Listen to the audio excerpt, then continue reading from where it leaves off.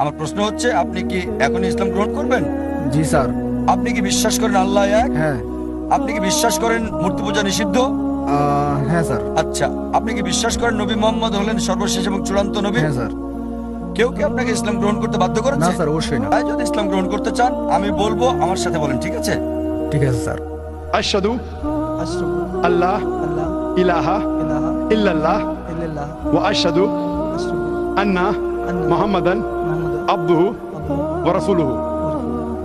আমি সাক্ষ্য দিচ্ছি আমি সাক্ষ্য দিচ্ছি যে যে কোনো কোনো ঈশ্বর নেই ঈশ্বর নেই আল্লাহ ছাড়া, আল্লাহ ছাড়া, এবং এবং নবী মোহাম্মদ নবী মোহাম্মদ সাল্লাল্লাহু আলাইহি সাল্লাম সাল্লাল্লাহু আলাইহি সাল্লাম হলেন হলেন বান্দা বান্দা এবং রাসূল এবং রাসূল আল্লাহর। আল্লাহ। মাশাআল্লাহ, ভাই এখন মুসলিম। ধন্যবাদ। আমি আপনাকে মনকে আহ্বান করছি কোরআনের একটা কপি নিয়ে যাওয়ার জন্য, যাতে ভালো আমলকারী মুসলিম হতে পারেন।